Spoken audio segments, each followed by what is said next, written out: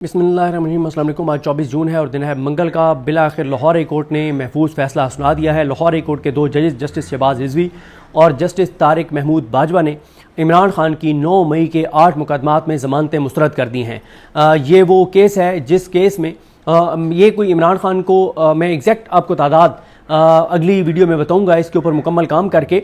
इमरान खान की ये तकरीबन कोई 20-22 केसेस में इमरान खान की 9 मई के केसों में इमरान खान साहब की गिरफ्तारी डाली गई थी और उसमें हुआ यह था कि कुछ केसेस में इमरान खान साहब की ज़मानतें जो हैं वो अप्लाई की गई और पहले मुस्तरद हुई नीचे ATC से और उसको चैलेंज किया गया लाहौर हाई कोर्ट में। और लाहौर हाई कोर्ट के 2 आज़ाद जजेस, मैं उन जजेस के नाम भी आपको दोबारा बताऊंगा। फिल वक्त आपको बताने का मकसद सिर्फ ये है कि एक ही नोयत के केसेस, एक ही तरह का इल्ज़ाम और एक ही तरह के केसेस, उनमें आधे केसेस में लाहौर हाई कोर्ट के जब आज़ाद जजेस के सामने केस लगा जो अपने हलफ से वफा करने वाले थे तो उन्होंने अपने हलफ के मुताबिक फैसला किया और इमरान खान की ज़मानत उन्होंने मंजूर कर ली थी। और मैं नाम दोबारा कंफर्म करूंगा लेकिन मेरा ख्याल है कि वो 2 जज तारिक सलीम शेख साहब और अनवारुल हक पन्नू साहब थे। फिर वो फैसला सुप्रीम कोर्ट में चैलेंज हुआ लेकिन सुप्रीम कोर्ट ने वो फैसला बरकरार रखा और सुप्रीम कोर्ट ने मोहर लगा दी कि उन 2 आज़ाद जजेस जो अपने हलफ से वफा करने वाले थे उनका फैसला दुरुस्त है। अब इमरान खान साहब की जो बाकी केसेस थे उनमें इमरान खान साहब की जमानतें अप्लाई होती हैं लाहौर हाई कोर्ट में।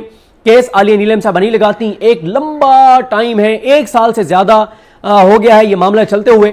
उसके बाद आलिया नीलम साहब जब बहुत ज्यादा दबाव बढ़ाते हैं बैरिस्टर सलमान सफदर साहब, उसके बाद और अहमद मिसर उनके साथ उनके एसोसिएट हैं जो बहुत ज्यादा लाहौर हाई कोर्ट में चक्कर लगाना, दफातर के चक्कर लगाना, बार बार खुद भी कोशिश कर रहे थे सलमान सफदर साहब। और फिर उनकी बहुत ज्यादा कोशिशों के बाद एक बेंच बनता है और उस बेंच में जस्टिस शहबाज रिजवी और जस्टिस तारिक सलीम शेख होते हैं। उसमें समाअत चलती है, दलाइल मुकम्मल होते हैं। केस आधे घंटे की समाअत अभी रह गई थी कि आधे घंटे में केस कंक्लूड हो जाता कि बेंच तोड़ दिया गया और तारिक सलीम शेख साहब को भेज दिया गया बहावलपुर बेंच में। अगर वो केस चलता रहता तो शहबाज रिजवी साहब चाहे इमरान खान की जमानतें मुस्तरद करते लेकिन तारिक सलीम शेख साहब, मुझे अभी आगे वो क्या करते हैं नहीं पता, लेकिन अब तक उनके तकरीबन जो मेन फैसले हमारे सामने आए हैं उसमें उन्होंने अपने हलफ से वफा किया और अपने हलफ के मुताबिक फैसले किए हैं। तो यह बात कंफर्म है कि कम से कम वो इमरान खान को जमानतें दे देते और शहबाज रिजवी साहब ने आज बता दिया कि उन्होंने क्या फैसला देना था। बेंच तोड़ा गया, बेंच नया बना, शहबाज रिजवी साहब के साथ तारिक महमूद बाजवा साहब को ऐड किया गया। फिर इस दौरान इनकी शहबाज रिजवी साहब की वालदा मोहतरमा का इंतकाल हो जाता है, ये छुट्टी पे चले जाते हैं। फिर ये छुट्टी से वापस आते हैं, छुट्टी से वापस आके फिर ईद के मौके पे ये जो वहां के कोर्ट रिपोर्टर्स ने रिपोर्ट किया कि इसलिए मुल्तान बेंच में चले गए कि मैंने घर भी टाइम देना है और मैंने चले काम भी करता रहूंगा। वो उससे फिर होता यह है कि TADA आपका बन जाता है, आप घर से भी चक्कर लगा लेते हैं और आप क्योंकि केसेस सुन रहे होते हैं तो वो TADA सारा आपका बन जाता है। तो ये फिर छुट्टी पे चले गए। फिर इमरान खान की ईद से पहले समाअत नहीं हुई, फिर ईद के बाद समाअत, लंबी लंबी तारीखें। बिल आखिर कल केस का फैसला महफूज होता है। बताया गया कि कुछ देर में फैसला सुनाएंगे, बताया गया 3 बजे फैसला सुनाएंगे, नहीं सुनाया गया। फिर कहा गया आज सुनाएंगे, फिर पता चला 12 बजे फैसला आएगा, 12:30 आएगा, 1 बजे आएगा।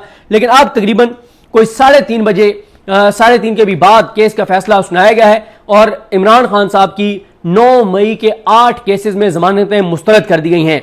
इमरान खान साहब इस वक्त अडियाला में 2 केसेस के अंदर जेल में है। एक इमरान खान साहब इन 8 केसेस में जेल के अंदर थे, दूसरा इमरान खान साहब अलकादिर केस की कन्विक्शन में जेल के अंदर है। अलकादिर केस की भी सूरत हाल आपके सामने है कि कितनी ज्यादा तगोदो करने के बाद और credit goes to Alima Khanam Sahiba, Naureen Niazi साहिबा और डॉक्टर उज़मा खान साहिबा। इन 3 बहनों को यह क्रेडिट जाता है कि इन्होंने बहुत ज्यादा फोकस रखा, ये बहुत ज्यादा इन्होंने दबाव बढ़ाया इस्लामाबाद हाई कोर्ट पर और इनके दबाव बढ़ाने के बाद जाकर और केसेस लगा। लेकिन फिर जो है वो एक जस्टिस मोहम्मद आसिफ छुट्टी पर चले गए। फिर 11 को PTI ने वहां बहुत प्रोटेस्ट किया और 11 को समाअत रखी गई 26 जून तक। और फिर इससे पहले जिस बुनियाद पर वो केस डिले हो गया था कि नैब ने स्पेशल प्रोसिक्यूटर की तैनाती करनी है, लेकिन इस वक्त तक आज 24 जून जब मैं ये वीडियो रिकॉर्ड कर रहा हूं अभी तक नैब के स्पेशल प्रोसिक्यूटर की तैनाती नहीं हुई। अब 2 केसेस में इमरान खान जेल के अंदर है, अलकादिर केस की कन्विक्शन में और 9 मई के केसों में। अब 9 मई के केसों में तो इमरान खान की जमानत मुस्तरद हो गई है। अब जो इमरान खान की जमानत मुस्तरद किया है जस्टिस शहबाज रिजवी ने और जस्टिस तारिक महमूद बाजवा ने, अब ये फैसला चैलेंज होगा सुप्रीम कोर्ट में। एक बात आपको ध्यान में रखनी चाहिए कि ये आज फैसला एक ऐसे वक्त में आया है और इतने मशकूक अंदाज में आया है जब chief justice Pakistan justice Yahya Khan Afridi खुद लाहौर में मौजूद हैं। ये एक इसको सोशल मीडिया पे जोड़ा जा रहा है आपस में कि इनका दोनों का आपस में लिंक है। मैं नहीं समझता इनका कोई लिंक है, क्योंकि उसकी वजह यह है कि पहले भी जो जाहिया अफरीदी साहब इधर बैठे हुए थे तो इमरान खान साहब के हक में हाशिम खान गागर साहब के बेंच ने एक फैसला दिया, लेकिन फिर मसला यह है कि उस केस में और इस केस में फ़र्क ये था कि इस केस में इमरान खान साहब जो हैं अगर आज उनकी ज़मानत आ जाती तो फिर एक ही केस में उनको जेल में रह जाते, उसकी नोयत मुख्तलिफ थी। ये बहुत इंपॉर्टेंट केस था इमरान खान की रिहाई के लिए। इमरान खान की रिहाई के लिए दो अहम तरीन केसेस में से एक केस में इमरान खान के खिलाफ ऐसा फैसला आना जो बिल्कुल गैर आईनी गैर कानूनी है, क्योंकि उसकी वजह यह है कि इमरान खान साहब के इन्हीं केसेस में, इन्हीं इल्जामात पे, इसी नोयत सेम केसेस में इमरान खान साहब की जमानतें हो चुकी हैं। तो फिर ये कैसे मुस्तरद हो गई, तो और फिर एक ऐसे वक्त में कैसे मुस्तरद हो गई जब चीफ जस्टिस पाकिस्तान जो है वो लाहौर में मौजूद है। देखें मसला ये होता है, नीचे के जजेस जो है वो ऊपर के अपना जो चीफ जस्टिस पाकिस्तान होता है उसके मिजाज को देख के फैसले करते हैं। ये बात तो है, ये गलत नहीं है, यानी सारे जजेस नहीं लेकिन बल्कि अक्सरियत जजेस करते हैं। चंद एक जो अपने हलफ से वफा करने वाले होते हैं वो ऐसे नहीं करते। ये इसलिए इंपॉर्टेंट होता है कि अब लाहौर हाई कोर्ट के जजेस को पता है कि हमने अगर सुप्रीम कोर्ट में जाना है तो हमने चीफ जस्टिस पाकिस्तान के वोट से जाना है, उसकी बड़ी इंपॉर्टेंस है उसकी भी। और उनको यह भी बताया कि ये ऐसे चीफ जस्टिस पाकिस्तान है जिनको हुकूमत नून लीग और पीपल्स पार्टी लाए हैं तीसरे नंबर से उठाकर। तो ये होता है अक्सर कि जब नीचे के जजेस को ये पता हो कि एक चीफ जस्टिस जो है उसका किसी पार्टी के साथ कोई पर्सनल उसकी लड़ाई है तो फिर वो ये उसका मिजाज को देख के फैसले करते हैं। अब जाहिया अफरीदी साहब की क्या लड़ाई है इमरान खान के साथ? उनकी लड़ाई ये है कि इमरान खान 26वीं आईनी तरमीम के खिलाफ हैं। वो 26वीं आईनी तरमीम जिसके तहत नवाज शरीफ, जरदारी और इस निजाम ने मिलकर जस्टिस जाहिया खान अफरीदी को चीफ जस्टिस पाकिस्तान लगाया है। अब नीचे के जजेस को पता है कि इमरान खान की लड़ाई है chief justice Pakistan justice Yahya Afridi के साथ, और जस्टिस जाहिया अफरीदी साहब की लड़ाई इस बात पर है कि जिस दिन इमरान खान रिहा होगा और अगर वो कोई मार्च करता है, एहतजाज करता है, तो वो 26वीं आईनी तरमीम के खिलाफ करेगा, और 26वीं आईनी तरमीम अगर खत्म होती है तो जाहिया अफरीदी साहब चीफ जस्टिस पाकिस्तान नहीं रहेंगे। तो ये भी एक पहलू है जिसको सोशल मीडिया पे बहुत ज्यादा जो है वो डिस्कस किया जा रहा है। फिर इसी तरह से आज यास्मीन राशिद साहिबा और शाह महमूद कुरैशी साहब की जमानतों की दरखास्तों के ऊपर समाअत थी। अब मुझे नहीं पता कि वो कौन से जज कर रहे हैं, मंजर अली गिल समाअत कर रहे हैं या एक और जज है एटीसी के वो कर रहे हैं, लेकिन वो जज आज छुट्टी पे चले गए और उनकी जमानत की दरखास्तों पर समाअत नहीं हो सकी और मामला 28 जून तक चला गया है। मसला ये नहीं है कि उनकी जमानत की दरखास्तों पर समाअत नहीं हुई, ये कम से कम कोई 25वीं बार हो रहा है कि डॉक्टर यास्मीन राशिद, शाह महमूद कुरैशी साहब, एजाज चौधरी साहब, उमर सरफराज चीमा साहब, मियां महमूद रशीद साहब, इनकी जमानत की दरखास्तों पर समाअत होती है लेकिन जज छुट्टी पे चला जाता है या प्रोसिक्यूशन रिकॉर्ड पेश नहीं करती और अगली तारीख पड़ जाती है।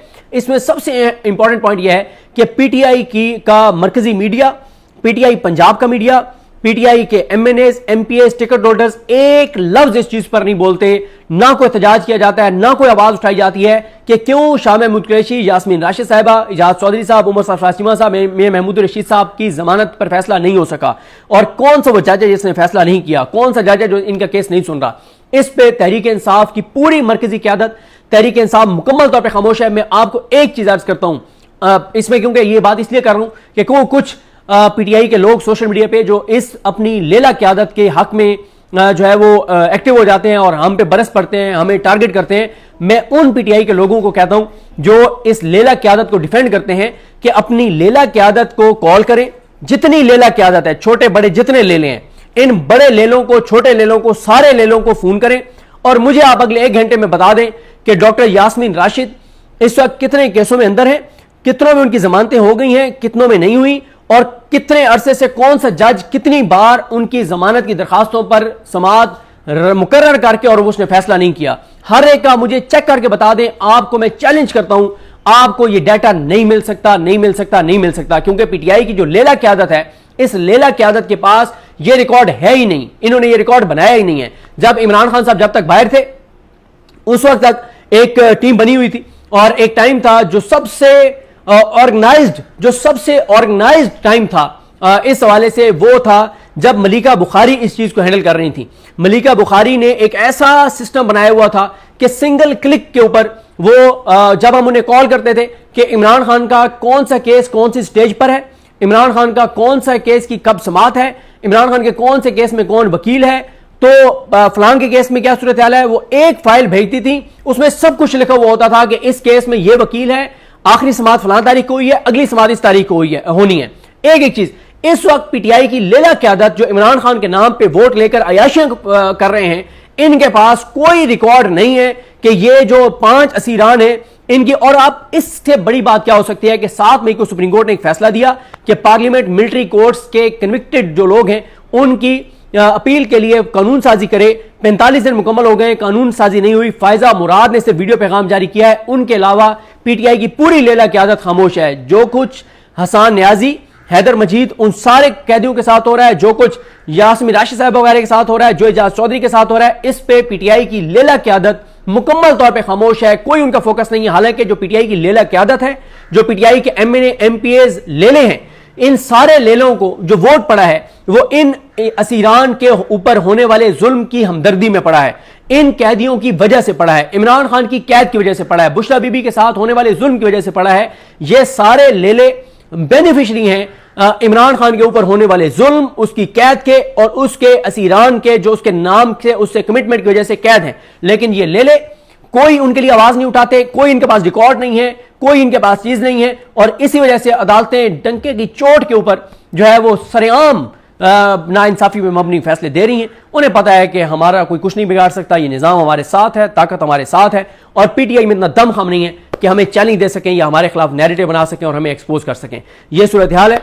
अब इमरान खान साहब की ये 9 मई की जमानतें चैलेंज होंगी सुप्रीम कोर्ट में। फिर जस्टिस जाहिया खान साहब का ये हो कि इख्तियार है कि वो किस बेंच को भेजते हैं, और फिर उस बेंच पे है कि वो कितने महीने ये चलाता है, कितने हफ्ते ये चलाता है। तो इमरान खान की रिहाई मुझे बिल्कुल नजर नहीं आती, और इस वक्त तो मुझे इमरान खान की अगले 6-7 माह तो किसी सूरत, कुछ लोग 2 साल कहते हैं कि इमरान खान नवंबर 2027 से पहले बाहर नहीं आएगा, दुरुस्त होगी उनकी बात, लेकिन अगले 4 से 6 माह तो इन 2 केसेस में मैं देख रहा हूं कि इस एक केस के ऊपर 9 मई वाले के ऊपर भी कम से कम 2-3 माह तो आराम से supreme court, justice Yahya Khan साहब की सुप्रीम कोर्ट इसके ऊपर लगा देगी, क्योंकि उन्हें भी पता है कि इमरान खान की रिहाई उनकी सीट के लिए खतरा है। जिस दिन इमरान खान बाहर आया उसने तहरीक चलाई 26 आईनी तरमीम के खिलाफ, और 26 आईनी तरमीम अगर खत्म होती है तो चीफ जस्टिस पाकिस्तान या अफरीदी साहब चीफ जस्टिस पाकिस्तान नहीं रहेंगे।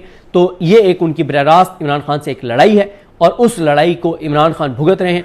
और इमरान खान की वो लड़ाई अपनी ज़ात के लिए नहीं है। 26 आईनी तरमीम कि वो अगर मुखालफत कर रहे हैं तो वो इसलिए कर रहे हैं कि ये पाकिस्तान के खिलाफ है, पाकिस्तान के लोगों के खिलाफ है, और इस एक असूली मौक़िफ़ की वजह से उन्होंने chief justice Pakistan justice Yahya Afridi को भी अपना बहुत बड़ा दुश्मन बना लिया है। मुझे अपनी दुआ में याद रखें। अल्लाह करीम हम सबका हामी नसर हो। अल्लाह हाफ़िज़।